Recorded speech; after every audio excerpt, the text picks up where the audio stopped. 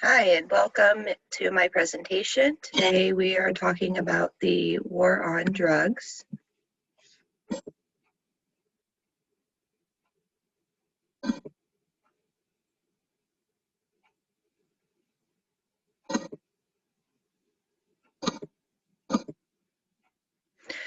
In 1971, Richard Nixon began the war on drugs that hardened the policies surrounding narcotic use, manufacturing, transportation, and sale.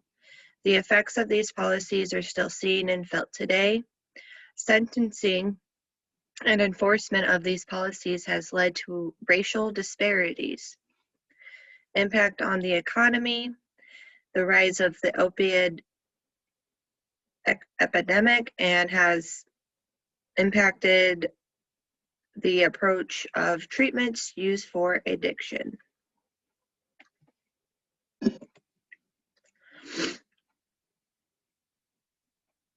Let's play a little game called Two Truths and a Lie. I will say 3 sentences, 2 of those being true, 1 is a lie. We'll pick the lie out, and here we go. In 2000, Colombia received $1.3 million in aid from the United States. 2, Nancy Reagan coined the term war on drugs in 1971. Or 3, according to the Federal Bureau of Prisons, 42% of inmates within the United States have a drug offense. Let's see. All right, the lie here was Nancy Reagan coined the term the war on drugs in 1971. Later on, we will learn who actually developed this term.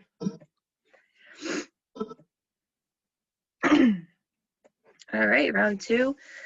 The requirement of pharmacologists and doctors handling opiates and cocaine to register with the IRS, pay annual taxes for these drugs, and keep detailed sale and patient records regarding cocaine and opiates was decided under the Harrison Act of 1914. Number 2, the Comprehensive Drug Abuse Prevention and Control Act of 1970 became an umbrella statute for all anti-drug legislation. All right, and number 3, the DEA was created by Richard Nixon, which stands for Dance Exercise Administration. Let's see which one was the lie. All right, the DEA, created by Richard Nixon, does not stand for Dance Exercise Administration, and you will see that later in this presentation. So let's get into the history before the war on drugs. The beginning of policy regarding the narcotics and any kind started in the early 1900s when narcotic ingredients were required to be printed on food labels. It was known as the Pure Food and Drug Act of 1906. The Harrison Act of 1914 required pharmacologists and doctors handling opiates and cocaine to register with the IRS, to pay annual taxes on these drugs, and keep detailed sale and patient records regarding the cocaine and opiates. So, Harry J. Anslinger became the head of the Federal Bureau of Narcotics in 1930 and remained in the position for 3 decades. Anslinger oversaw the abandonment of a public health approach and the hardening of anti-drug laws and attitudes around criminal justice paradigm. The singular achievement of his 32-year tenure, Spillane notes, was the maintenance of a remarkably consistent federal drug control philosophy.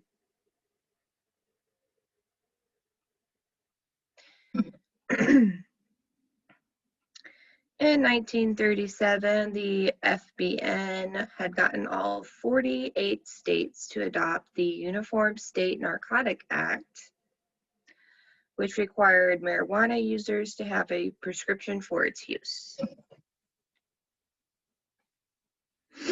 The Marijuana Tax Act, created in 1937, required a hefty occupational tax on those involved with the distribution, sale, prescribing, and manufacturing of marijuana, which was anywhere from $1 to $24 per year. So after Anslinger stepped down from the leader of the FBN in 1962, the role was not really taken that seriously. Later on comes the Comprehensive Drug Abuse Prevention and Control Act, which was passed by Congress in 1970. This act became an umbrella statute for all anti-drug legislation. So, according to CDA-PCA, there were three main reasons that would justify federal regulations on drugs. Controlled substances may be manufactured within a state, but were transported between states, that it was impossible to determine the pattern of distribution of narcotics, which required both intra-state and interstate controls, and that the interstate narcotics control furthered interstate efforts.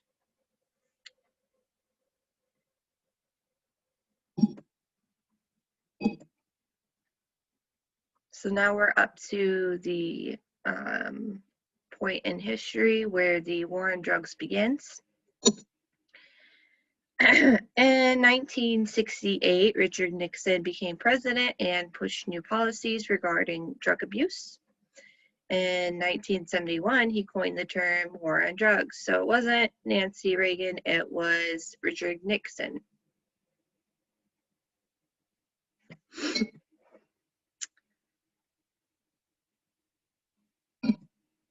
In 1973, Nixon created the Drug Enforcement Agency, or the DEA, which combined all other agencies and programs involved with the war on drugs and drug policy. Moving forward, in 1976, Jimmy Carter began his presidential campaign. During this time, Carter pledged to decriminalize marijuana and reform federal laws regarding the possession of marijuana. Throughout the late 1970s and most of the 80s, the Medellin cartel rose to power and began trafficking cocaine through the Americas, mainly Colombia, Bahamas, Panama, Mexico, and the US. In 1982, George H.W. Bush creates the South Florida Drug Task Force. In 1984, the Just Say No campaign was created by Nancy Reagan. In 1986, Ronald Reagan signed the Anti-Drug Abuse Act, contributing $1.7 million to the efforts of the war on drugs. In 1988, the president of Mexico, Carlos Salinas de Gortari, was told by George H.W. Bush that he must cooperate with the U.S. and the drug war.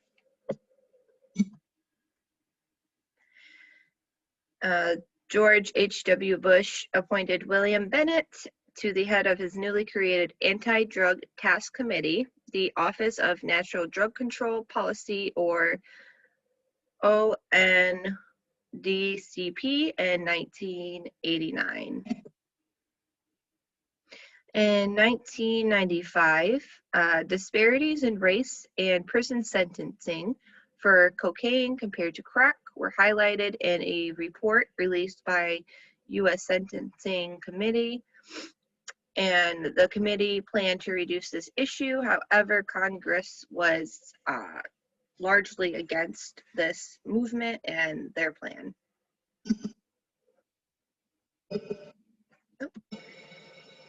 So here's a video real quick.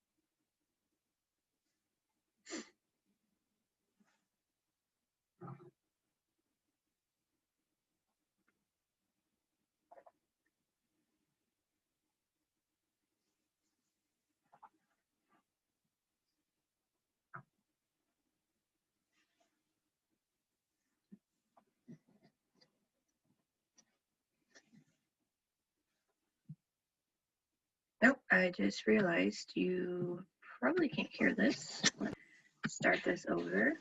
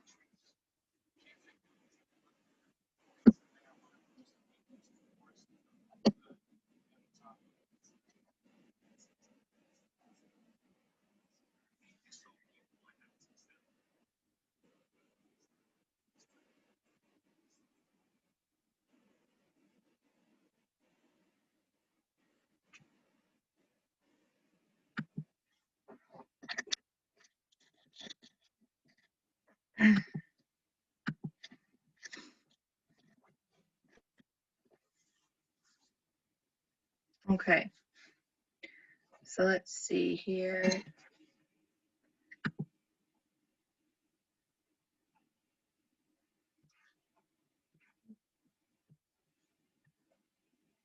Okay, hopefully you guys can hear me. I'm going to go back to the presentation now.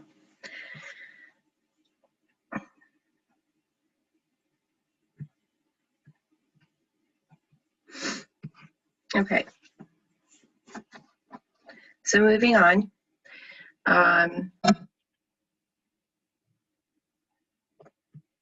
Let's see. So in 2000, Plan Colombia was given 1.3 million by the U.S. This was an effort to reduce the trafficking and production of cocaine narcotics in the country. In April of 2003, the Illicit Drug Anti-Proliferation Act was created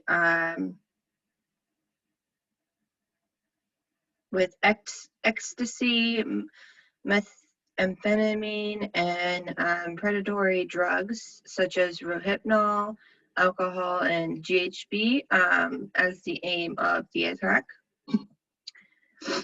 In 2004, the DEA, the State Department, and the Department of Defense all joined the efforts of the U.S. Embassy Kabul Counter Narcotics Implementation Plan, which focused on Afghanistan, who led the world in heroin production at the time. 2009 to 2020, so 2009 and beyond, drug policy is starting to shift towards a new direction, slowing the war on drugs in America. States begin to ease the policies on the drugs starting in 2009. The changes seen at the state level led to a decrease in imprisonment rates.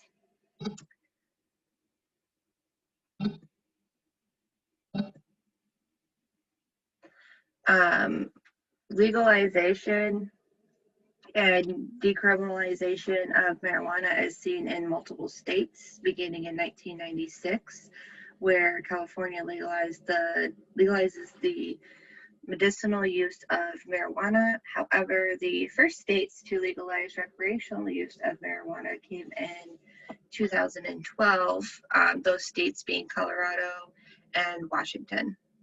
The opioid epidemic has its second wave of crisis starting in 2010, where deaths began to skyrocket. In 2013, the opioid epidemic has seen a third wave now, with deaths being correlated to fentanyl. And in 2015, the CDC and the DEA both alerted the public of the rising threat of illegally manufactured fentanyl, or IMF. So in recent years, states have sought after harm reduction as opposed to prison sentencing for these narcotics. So now we will look at the impact of social work.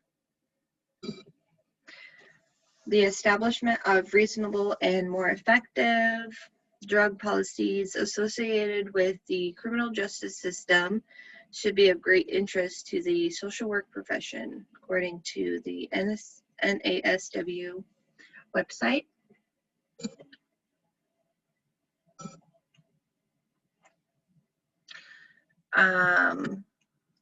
So policy of any area plays a huge role within the realm of social work. Federal and state public laws also guide how social workers conduct their practice. The war on drugs is focused mainly on policies and laws regarding the use, manufacturing, distribution, and sale of drugs considered illegal in the eyes of the law at county, state, and federal levels. Many clients that we encounter will have an addiction, a drug charge, or are in recovery from addiction. And knowing this will impact social work practice, social workers must be aware of the best options for these individuals, as their treatment plans and goals might look different from other clients. These social workers who work with incarcerated clients may need to have awareness of the policies related to drugs. According to the Federal Bureau of Prisons, 42% of inmates within the United States have a drug offense.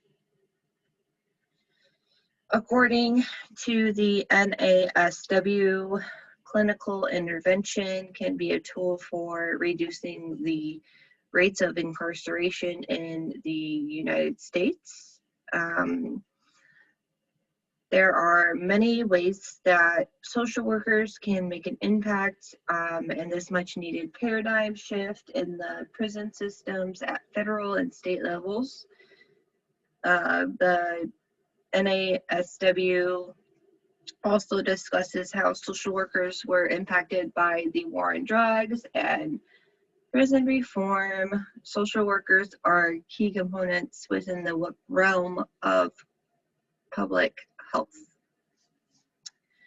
The establishment of reasonable and more effective drug policies associated with criminal justice system would be of great interest to the social work profession. Oh, I already said that. All right, here is another video.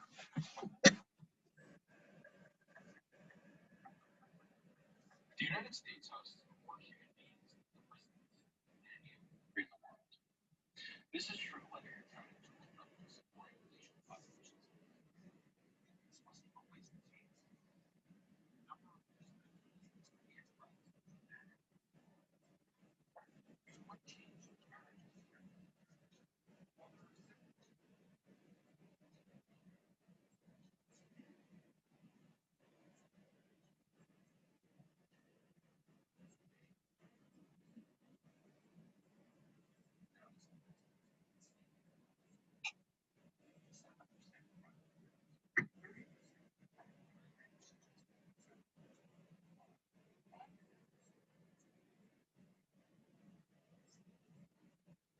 remaining 7.5% were non-violent drug offenders.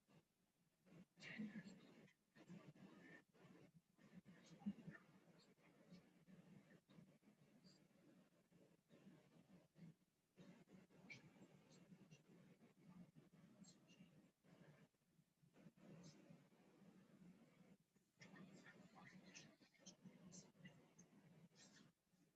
this last statistic actually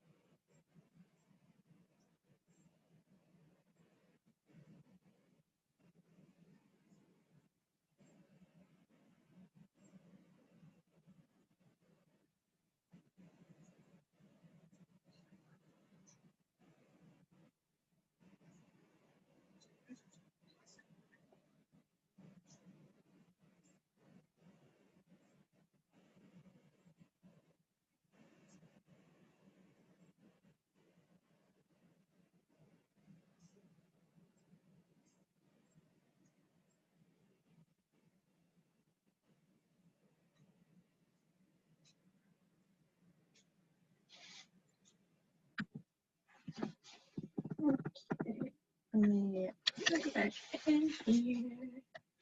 Okay.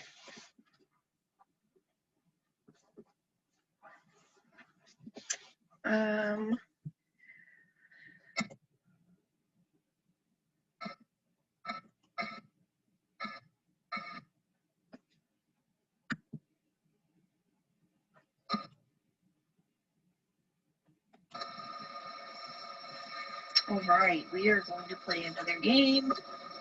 True or false? The Anti-Drug Abuse Act was signed by Ronald Reagan. That's true, yeah. Okay, next. Another video. Let's see here. I will have to unplug it one more time. And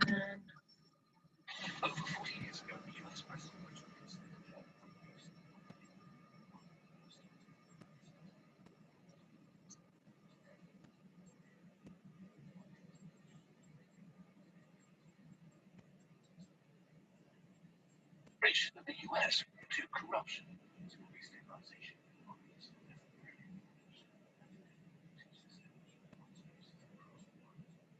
It negatively affected the lives of millions of people.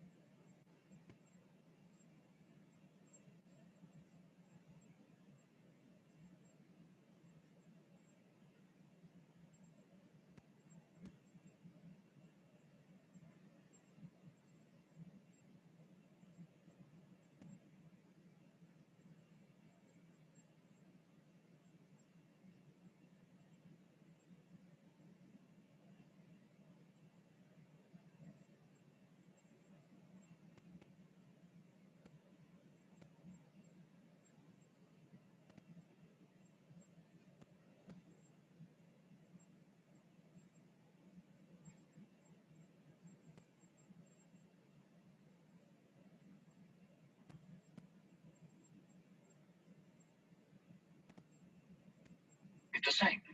Mexican drug cartels.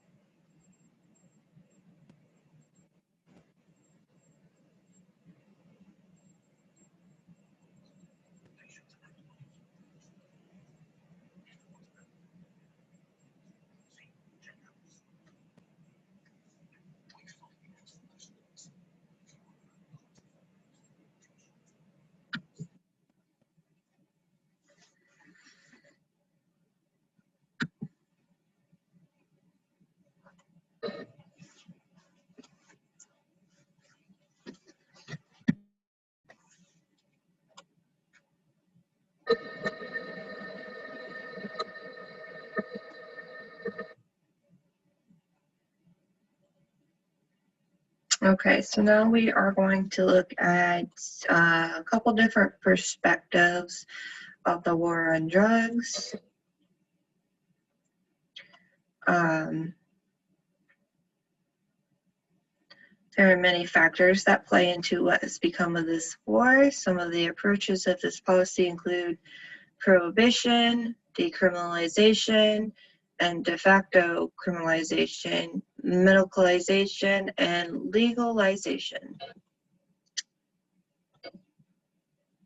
Prohibition, the policy that forbids the use, manufacturing, transportation, and the sale of narcotics, and at one point in US history, alcohol, with the 18th Amendment of the Constitution.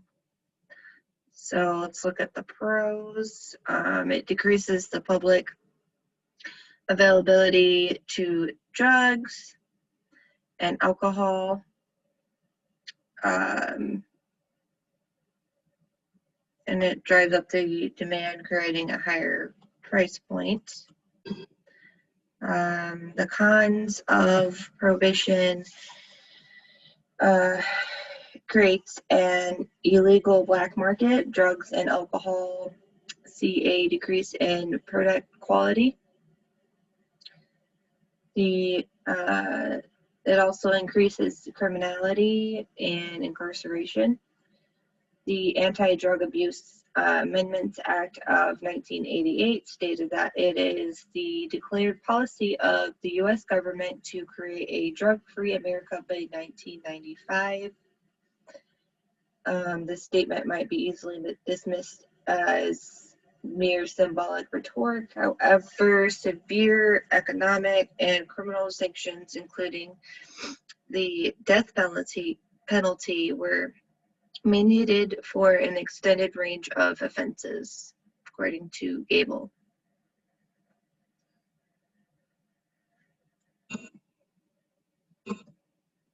All right, so decriminalization is the policy in which illicit drugs are still not legal to use or possess, but an individual who is discovered by police to have a possession of the drug or paraphernalia in small amounts will be subjected to a fine instead of incarceration. And recently, Oregon became the first state in the U.S. to decriminalize all drugs on November 3rd of 2020, so during the election. Some pros of decriminalization: black markets decline, incarceration rates decrease, criminality and individuals decrease, the use of treatment centers increases, arrests decline, and disease rates lower. One con of this is manufacturing, importation, and transportation and the sale of illicit drugs via cartels still causes criminal activity and is not stopped with decriminalization. Essentially, we have de facto decriminalization. It's the same thing, but the difference is the policy of prohibition is eliminated, but the policy of decriminalization has not been enacted. So it's like a gray area. This creates a space for decriminalization to thrive, but policymakers have not looked at this option or decided to enact it. So basically, it's not exactly prohibited, but there's no law saying that it is decriminalized, or there's no policy in place. Some of the pros is just like decriminalization, so black markets decline, incarceration rates decrease, criminality and arrests both decrease, and disease rates are lower, and then you'll see an increase of treatment centers being used by the public. Again, the cons of this is manufacturing, importation, and transportation and sale of illicit drugs via the cartels is still happening.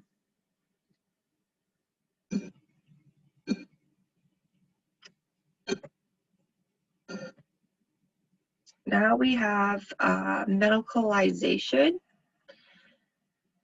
The policy in which drug use can be done, so if there is a medical need for it. Medicalization also involves medical professionals becoming trained in areas such as harm reduction, addiction treatment, and drug maintenance. So the pros we see are harm reduction. There are lower rates of infection and disease, and destigmatization, which is huge. And we have some cons to this. Individuals become more vulnerable to attackers against this type of policy. And then the side effects and the harm correlating with other factors such as pregnancy or just drug-to-drug interactions. Moving on. Here we have another video.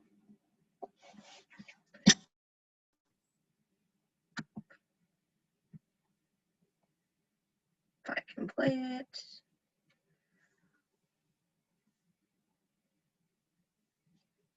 My dangerous idea is that we should legalize all drugs, marijuana, drugs, cocaine, heroin, methamphetamine, LSD, everything else that's listed. My basic argument is that first, a society should allow the police to act victims, no matter how dangerous or how much money they have. Because that is where it means not just the freedom to do things, but might not be other people. Second, legalizing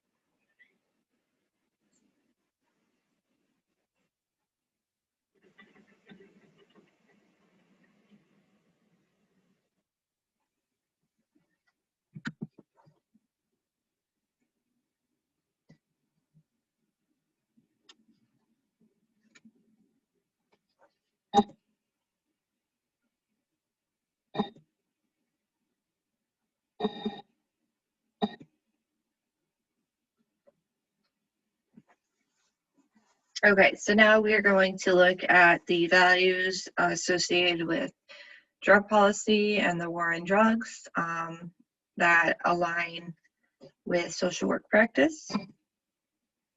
The first one being service, second one being social justice, and lastly, the dignity and worth of a person. So when looking at service, social workers' primary goal is to help people in need and to address social problems. The war on drugs is a widely social issue and affects almost everyone in the country. So in order to best serve these people who are directly affected by the ramifications of this war, the work done by social workers and other professionals in the field of human service must be aware of the policies behind this war. Okay, so looking at social justice, social workers challenge social injustice. Many individuals who partake in the use of narcotics become criminalized, incarcerated, and stigmatized for their actions. So social workers and professionals alike must push for decriminalization and prison reform to reach a broader scope of the individuals. Social workers must be a voice for the unheard. Lastly, dignity and worth of a person. Social workers respect the inherent dignity and worth of the person. All people must be seen as equals within the realm of social work. Individuals who struggle with addiction or have been reprimanded for illegal or illicit drug use, manufacturing, transportation, and sale are still worthy of receiving help from social workers and professionals alike. Ending stigmatization of drug use will only start with the legalization or decriminalization of narcotics. Social workers must advocate for policies that align with this notion.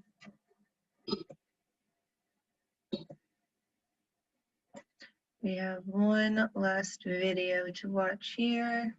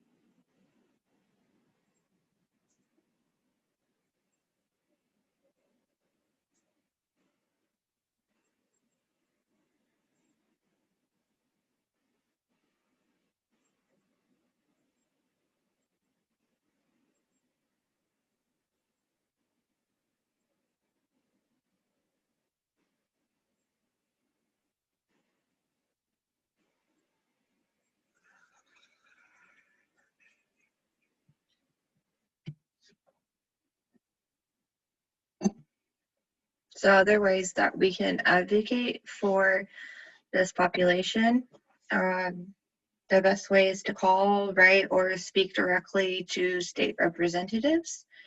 Policymakers are reachable by phone, email, by mail, or even in person.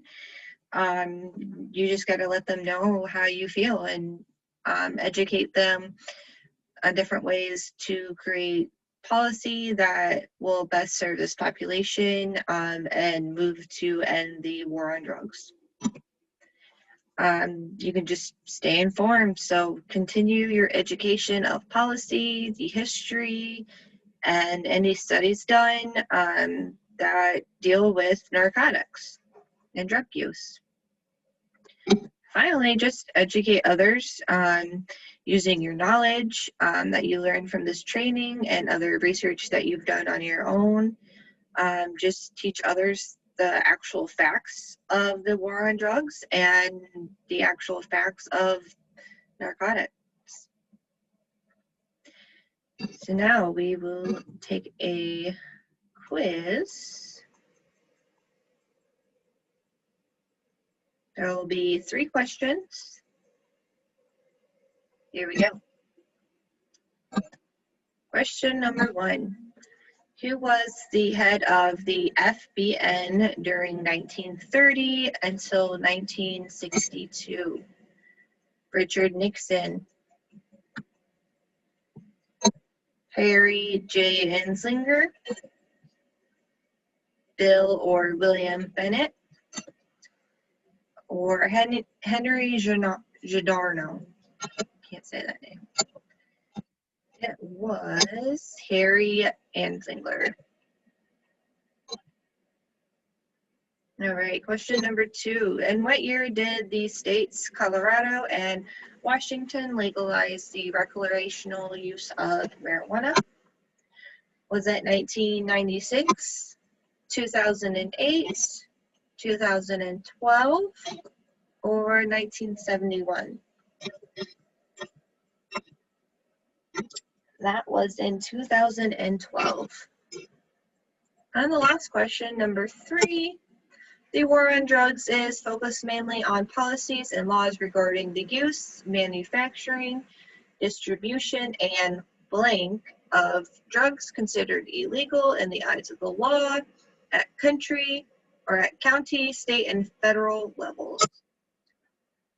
Was it the sale of drugs, the prohibition of drugs, the legalization of drugs, or the throwing of drugs?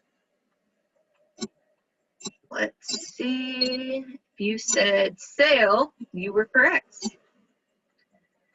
All right, so just my references. And I thank you all for viewing this presentation.